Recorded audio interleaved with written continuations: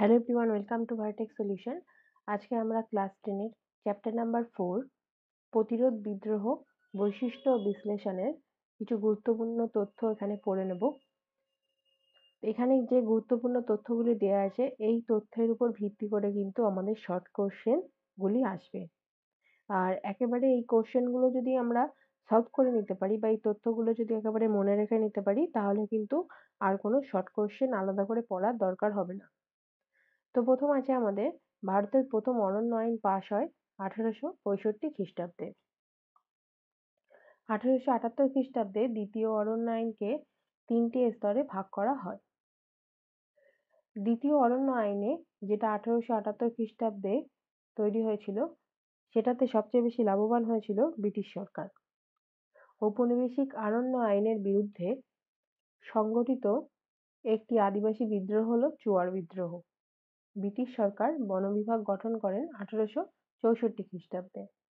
ভারতের রাজকীয় বন বিভাগের প্রথম ইন্সপেক্টর জেনারেল জার্মান বন বিশেষজ্ঞ ডয়ট্রিস ব্যান্ডরিস ব্রিটিশ সরকার অরণ্য সম্পদকে নিজের স্বার্থে ব্যবহার করার জন্য ঔপনিবেশিক অরণ্য আইন প্রবর্তন করেছিলেন। চুয়ার শব্দটির অ্যাকচুয়াল বাংলা অর্থ হলো নীচ, নিরন্ন, দুর্বৃত্ত মানুষ। জঙ্গলমহল নামে একটি পৃথক জেলা গঠন করা হয়েছিল চুয়ার বিদ্রোহের পরে। চুয়ার বিদ্রোহের নেতৃত্ব দেন দুর্জন সিংহ। রানী শিরোমণি চুয়ার বিদ্রোহের সঙ্গে যুক্ত ছিলেন। কোল বিদ্রোহের পর ঔপনিবেশিক সরকার উপজাতিদের জন্য দক্ষিণ-পশ্চিম সীমান্ত এজেন্সি নামে একটা পৃথক অঞ্চল গঠন করে। কোল বিদ্রোহ অনুষ্ঠিত হয়েছিল ছোটনাগপুরে।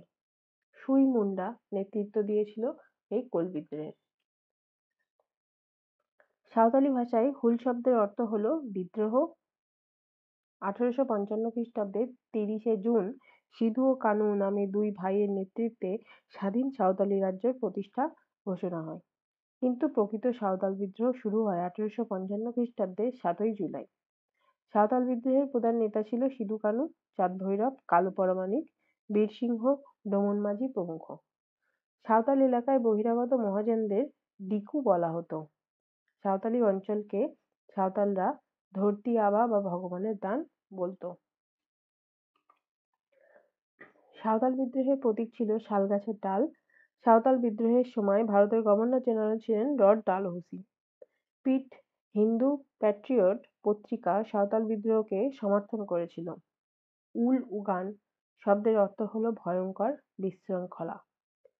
নাম্বার 25, মুন্ডা বিদ্রোহ হয়েছিল 1899 থেকে 1900-র মধ্যে। মুন্ডা বিদ্রোহের নেতৃত্ব দিয়েছিল বিরসা মুন্ডা, গয়া মুন্ডা প্রমুখ। মুন্ডা বিদ্রোহে সেনাপতির দায়িত্ব পালন করেছিলেন গয়া মুন্ডা। মুন্ডা শব্দের আক্ষরিক অর্থ হলো গ্রাম প্রধান। উলগুলান শব্দটি বোঝানো হয় মুন্ডা বিদ্রোহকে। বিরসা মুন্ডার উপাস্য দেবতা ছিল সিং বোঙা বা সূর্য দেবতা। একটা কথা বলে রাখি, এখানে কিন্তু কিছু প্রিন্টিং মিস্টেক হতে পারে, তো তোমরা আমি যে উচ্চারণ করে পড়ছি তার উপর একটু ধ্যান রাখবে। তার কারণ এখানে কিন্তু এই সিং বোঙা হবে, বড়কার উময় আকার হবে, সেখানে কয়াকার হয়ে গেছে, এটা কিন্তু ভুল আছে। তো সিং বোঙা বা সূর্য দেবতা। যৌথ মালিকানা ভিত্তিক জমি ব্যবস্থা হলো খুমকাঠি প্রথা। এই প্রথা মুন্ডা সমাজে প্রচলিত ছিল। ছোটনাগপুর প্রজাস্বত্ব আইন পাশ হয় 1908 খ্রিস্টাব্দে। টানা ভগৎ আন্দোলন শুরু হয় 1914 খ্রিস্টাব্দে। মহাশ্বেতা দেবী বিরসা মুন্ডার জীবনী ও ইতিহাস নিয়ে আলোচনা করেন অরণ্যের অধিকার নামক একটা উপন্যাসে। ঔপনিবেশিক অরণ্য আইনের বিরুদ্ধে সংগঠিত আদিবাসী বিদ্রোহের নাম হলো রম্পা বিদ্রোহ। সন্ন্যাসী ও ফকির বিদ্রোহের সময়কাল হলো 1763 থেকে 1800 খ্রিস্টাব্দ। নাম্বার 34, সন্ন্যাসী ফকির বিদ্রোহ হলো ঔপনিবেশিক আমলে সংগঠিত সবচেয়ে দীর্ঘস্থায়ী কৃষক বিদ্রোহ। সন্ন্যাসী বিদ্রোহ ছিল কোম্পানির শাসন শোষণের বিরুদ্ধে প্রথম বিদ্রোহ। ওয়ারেন হেস্টিংস 1772 থেকে 1785 খ্রিস্টাব্দের মধ্যে সন্ন্যাসী বিদ্রোহের কথা প্রথম ব্যবহার করেছিলেন। সন্ন্যাসী ফকির বিদ্রোহের অন্যতম নেতা ছিল দেবী চৌধুরানী রানী। মজনু শাহকে ফকির বিদ্রোহের জনক বলা হয়। সন্ন্যাসী ফকির বিদ্রোহের একজন প্রধান নেতা ছিল ভবানী পাঠক।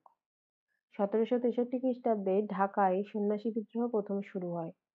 রংপুর বিদ্রোহ হয়েছিল 1763 খ্রিস্টাব্দে। হিন্দুস্তানে যাযাবরদের পেশাদারি উপদ্রব, দস্যুতা ও ডাকাতি বলা হয় সন্ন্যাসী ও ফকির বিদ্রোহকে। সন্ন্যাসী ও ফকির বিদ্রোহের পটভূমিকায় বঙ্কিম চট্টোপাধ্যায়ের আনন্দমঠ ও দেবী চৌধুরানী উপন্যাস রচনা করা হয়। মীর নিসার আলী নেতৃত্ব দিয়েছিলেন বাংলার ওয়াহাবি আন্দোলন। তিতুমীরের প্রকৃত নাম মীর নিসার আলী। ওয়াহাবি আন্দোলনের প্রকৃত নাম তারিক-ই-মুহাম্মদিয়া অর্থাৎ মুহাম্মদ নির্দেশিত পথ। ওয়াহাবি শব্দের অর্থ হলো পুনর্জাগরণ বা নবজাগরণ। তিতুমীর পরিচালিত আন্দোলনকে মেসিয়ানিক আন্দোলন বলা হতো। শাহ ওয়ালিউল্লাহ ভারতে ওয়াহাবি আন্দোলনের সূচনা করেছিল। উত্তরপ্রদেশের রায়বেরেলির সৈয়দ আহমদ ভারতের ওয়াহাবি আন্দোলনের প্রকৃত প্রতিষ্ঠাতা। আরবি ভাষায় ফরাজি শব্দের অর্থ হলো ইসলাম নির্দিষ্ট বাধ্যবাধকতামূলক কর্তব্য। ফরাজি আন্দোলনের অপর লক্ষ্য ভারতকে দারুল হারব বা শত্রুর দেশ থেকে দারুল ইসলাম বা মুসলিমের দেশে পরিণত করা। হাজী সৈয়দুল্লাহ ছিলেন ফরাজি আন্দোলনের প্রবর্তক। ফরাজি আন্দোলনের মূল কেন্দ্র ছিল বাংলাদেশের ফরিদপুর জেলার বাহাদুর গ্রামে। হাজী শরিয়ত উল্লাহ 1820 খ্রিস্টাব্দে ফরাজি নামক একটি ধর্মীয়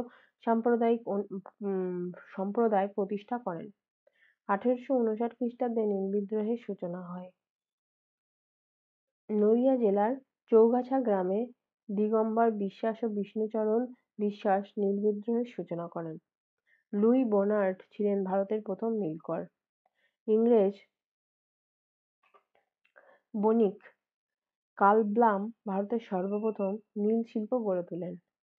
1860 খ্রিস্টাব্দে নীল কমিশন গঠিত হয়। নীলদর্পণ নাটকের রচয়িতা দীনবন্ধু মিত্র। নীলদর্পণ নাটকের ইংরেজি অনুবাদ করেন মাইকেল মধুসূদন দত্ত। নীলদর্পণ নাটকের ইংরেজি অনুবাদের প্রকাশক ছিলেন রেভেরেন্ড জেমস লং। রামরতন মল্লিককে বাংলার নানা সাহেব বলা হতো। রামরতন মল্লিককে বাংলার নানা সাহেব বলা হতো। মাইকেল মধুসূদন দত্তের নীলনদ নাটকের ইংরেজি অনুবাদ হলো দ্য ইন্ডিগো ল্যান্টিং মিরর।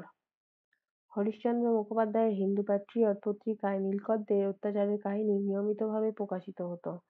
মেদিনীপুরের লক্ষ্মীবাঈ নামে পরিচিত রানী শিরোমণি। বাংলার তারিক-ই-মুহাম্মদিয়া ভাবধারা প্রচার করেছিলেন মীর নিসার আলী। গ্রামবার্তা প্রকাশিকা পত্রিকায় পাবনা বিদ্রোহের খবর প্রকাশিত হতো। ব্রিটিশরা চোর ডাকাতের তকমা দিয়েছিল সন্ন্যাসী ও ফকির বিদ্রোহীদের। ফরাজি আন্দোলনের সঙ্গে যুক্ত জনগণের বড় অংশ ছিল কৃষক। প্রকৃতিগতভাবে নীল বিদ্রোহ ছিল একটি কৃষক বিদ্রোহ। বাংলার হোয়াইট টাইলার নামে পরিচিত ছিল বিষ্ণুচরণ বিশ্বাস। নীল বিদ্রোহের অন্যতম নেতা ছিলেন বিশ্বনাথ সর্দার। বিশে ডাকাত বলে তাকে ডাকা হতো। বারাসাত নীল বিদ্রোহের নেতৃত্ব দেন তিতুমীর। নীল কমিশনের সভাপতি নিযুক্ত হন জেমস গ্র্যান্ট। খেরওয়াড় শব্দের অর্থ হলো স্বাধীন সাঁওতাল রাজ্য। মুন্ডাদের প্রভাবে ওরা সম্প্রদায় যে আন্দোলন শুরু করে তা হলো তানা ভগত আন্দোলন।